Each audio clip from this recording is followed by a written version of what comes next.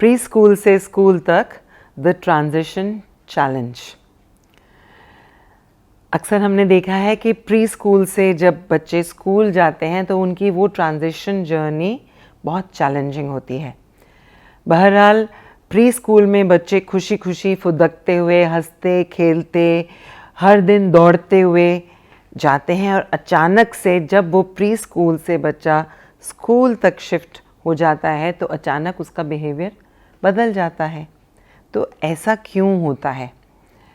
यही बात मेरे साथ एक पेरेंट ने की जिन्होंने मुझे बताया कि उनकी 4 साल की बेटी जो स्कूल में 1 हफ्ते तक कंटिन्यूसली भागते दौड़ते आई, लेकिन in the second week one day when the parent came to pick up the child, तो टीचर ने बताया कि आज वो सारा दिन रो रही थी क्लास में।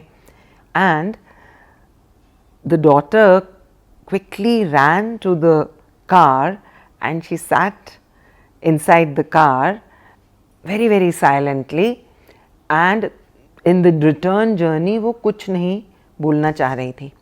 तो पेरेंट ने उसे देखकर ये समझ तो लिया कि कुछ तो हुआ है स्कूल में जिसकी वजह से बच्ची चुप है। But then the parent again examined the child to see and asked her that do you want to talk about your day to day, जैसे वो रूटीन में उससे पूछते थे, या तो रिलैक्स करना चाहती हो? So she said I want to relax. So the parent understood, उसने हल्का सा म्यूज़िक लगा दिया and the child was happy, and in the entire journey back home the child quietly listened to the music though she was silent. जाहिर है कि रास्ते में पेरेंट के दिमाग में ये बात तो चली रही होगी, and the parent had to stop herself from asking कि क्या हुआ ऐसा तुम्हारे स्कूल में, कहीं फ्रेंड्स के बीच में लड़ाई तो नहीं होगी, या आपको टिफ़िन पसंद नहीं आया, या टीचर ने डांट दिया। Because when the child suddenly falls quiet on the way back home, parent के दिमाग में अलार्म बेल्स तो चल ही रही होती हैं, लेकिन उस समय पेरेंट चुप रहे। And when they reached back home, somehow she held back from asking any question from the child, and regularly जैसे वो उसके खाना खिलाती थी, खाना खिला के उन्होंने बच्चे को सुला दिया। एक चीज़ और उन्होंने नोट की कि उस दिन उनकी बिटिया कुछ बात तो नहीं कर रही थी, लेकिन घर जाके उसने मम्मी को ज़ोर से हग किया और फिज़िकल प्रॉक्सिमिटी मदर से वो छोड़ ही नहीं रही थी। तो ऐसा अक्सर हो जाता है। आइए इस बात को हम ऐसे समझते हैं। अब प्री स्कूल में बच्चे का स्कूल लगता था दिन में 3 घंटे, हफ्ते में 4 दिन। स्कूल में ट्रांजिशन जब हुई तो दिन में 6 घंटे 5 दिन। अब इस ट्रांजिशन में number of hours that will be spent in school automatically आप सोचिए कितने बढ़ गए। छोटे से बच्चे के लिए ये ट्रांजिशन बहुत बड़ी ट्रांजिशन होती है। And as parents, teachers, educators, हमको ये बात तो ज़रूर समझनी होगी कि छोटे बच्चे के लिए घर का कंफर्ट स्कूल के किसी भी चीज़ से ज़्यादा डियर होता है। And it's a human tendency कि कंफर्ट को छोड़कर हार्ड वर्क तक जाने की जो ट्रांजिशन जर्नी होती है वो थोड़ी टफ होती है। और इसी टफनेस के दौरान अलग अलग उम्र के बच्चे अपना एक्सप्रेशन अलग तरीके से करते हैं। जैसे यहाँ छोटी बच्ची ने थोड़ा सा सहम के, चुप रह के, मम्मी के साथ चिपक कर अपनी फीलिंग्स को एक्सप्रेस किया। हो सकता है जब बच्चे बड़े हो जाएं तो थोड़े से अग्रेसिव और गुस्सेदार हो सकते हैं। Whenever you find an unexpected behavior emerging in your child, जो पहले कभी नहीं होता था, तो समझ जाइए कि children will keep on surprising us as they grow up. इस समय पीछे हटकर उस सरप्राइज एलिमेंट का रीज़न हमें समझना बहुत ज़रूरी है।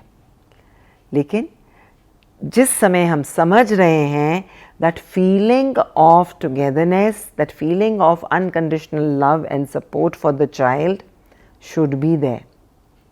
लेकिन झूठा सपोर्ट नहीं होना चाहिए, because building mental capacity and physical capacity and emotional capacity to deal with the transition or a change that requires more work from the child has to be the child's journey alone. At best, as parents हम क्या कर सकते हैं, उनके routine को revise कर सकते हैं. When more energy and time is spent at school, the child is required to work harder. Hard work means more established routine at home. मतलब खाना पीना, सोना, रेस्ट, रिक्रिएशन, एक फिक्स्ड रूटीन को थोड़ा सा इम्प्रूव करने की ज़रूरत हो सकती है. एंड यहाँ पर पेरेंट की अटेंशन देने से बच्चे अपने आप नेचुरली ट्रांजिशन के साथ कोप अप करना सीख जाते हैं. यही तरीका होता है बच्चों में रेजिलियंस बिल्ड करने का. यही तरीका होता है जिससे कि हम बच्चे की लाइफ को स्मूदन आउट नहीं कर देंगे, but we allow them to experience the wrinkles on their own, but providing support in the background quietly, silently, but creating in them that drive and that motivation with the increased energy. That is something we as parents can do. अब वो वाली parent जिनकी बिटिया रोते रोते एक दिन घर गई थी, 15 दिन बाद मैंने देखा कि अब फिर से वो भागती हुई स्कूल आती है एंड आराम से she attends the full day and she is as excited as she was when she was in pre school.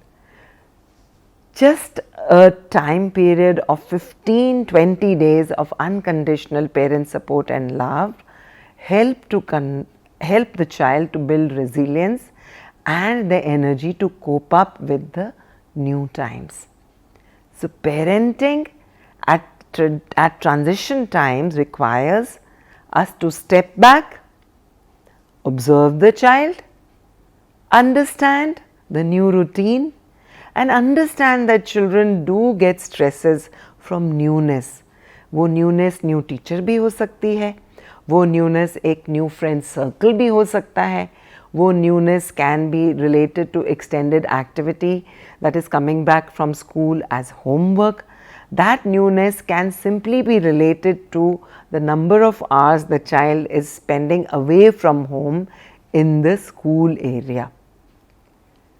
Parenting from resilience requires us to help children build these skills automatically and naturally. Happy parenting and happy resilient parenting.